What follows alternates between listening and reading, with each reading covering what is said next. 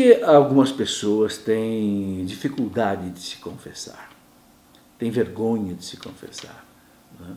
Na verdade, esse é um ponto que, na verdade, atinge qualquer pessoa que vá se confessar. Não é fácil mesmo você chegar diante de uma outra pessoa e você confessar o seu pecado, os seus erros.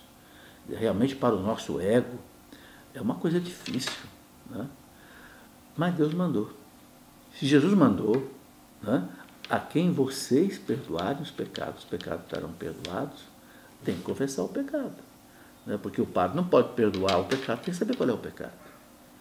Então, essa vergonha que nós temos aí de confessar tem que ser vencida na fé. Jesus mandou eu contar o meu pecado. Agora, veja bem, a gente devia ter mais vergonha de ter cometido o pecado. Porque Deus, ele está em toda parte.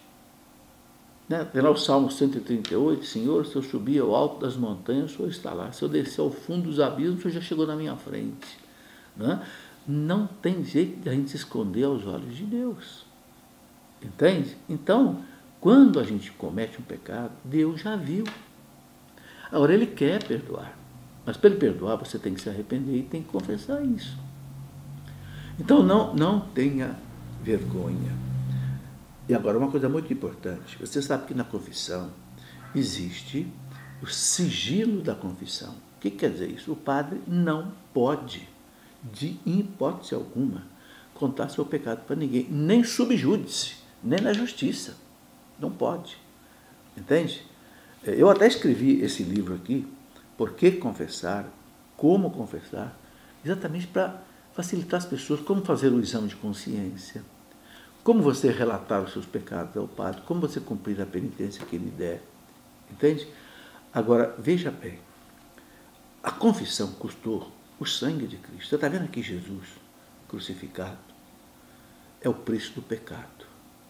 Olha o que o pecado fez com ele. Entende? Mas para que o pecado fosse tirado de nós. Agora, por causa de uma vergonhazinha diante do padre, você vai deixar de ficar livre do pecado, ter a sua alma lavada pelo sangue de Cristo? Não pode.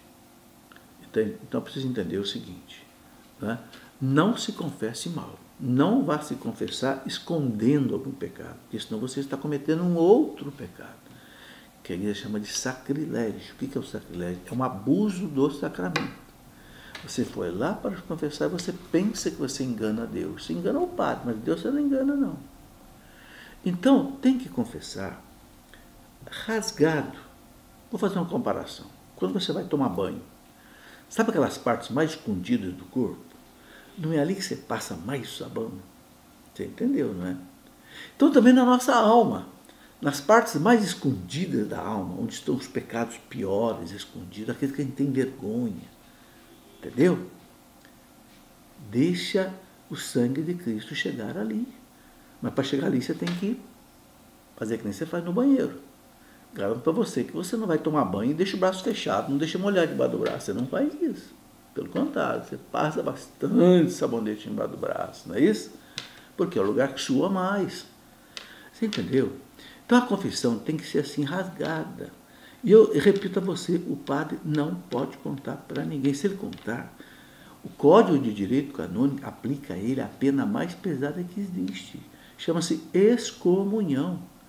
Ele é expulso da igreja. Não só ele deixa o ministério sacerdotal, que eles chamam de suspenso ad divinis, não, ele é expulso da igreja, ele não é mais cristão.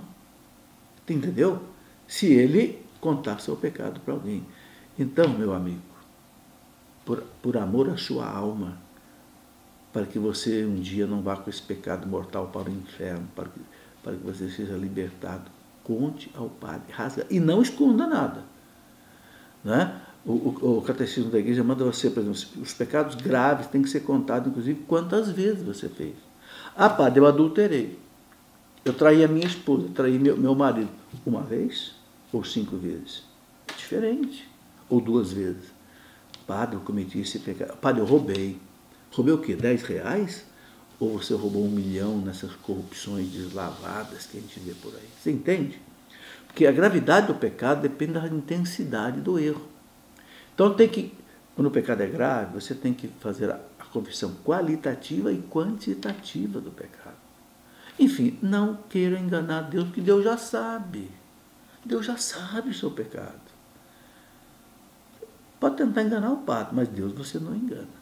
Então, olha, antes de você confessar, faça o exame de consciência. O que é exame de consciência? Examine a tua vida.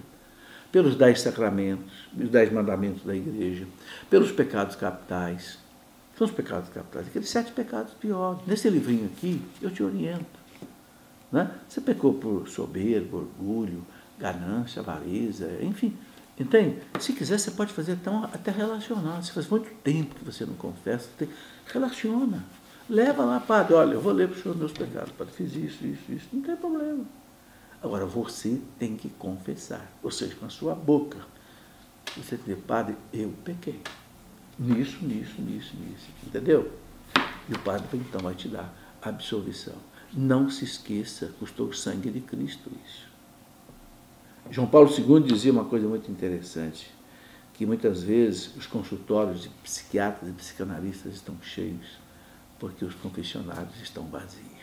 Porque o sacramento da confissão é um sacramento de cura, de libertação.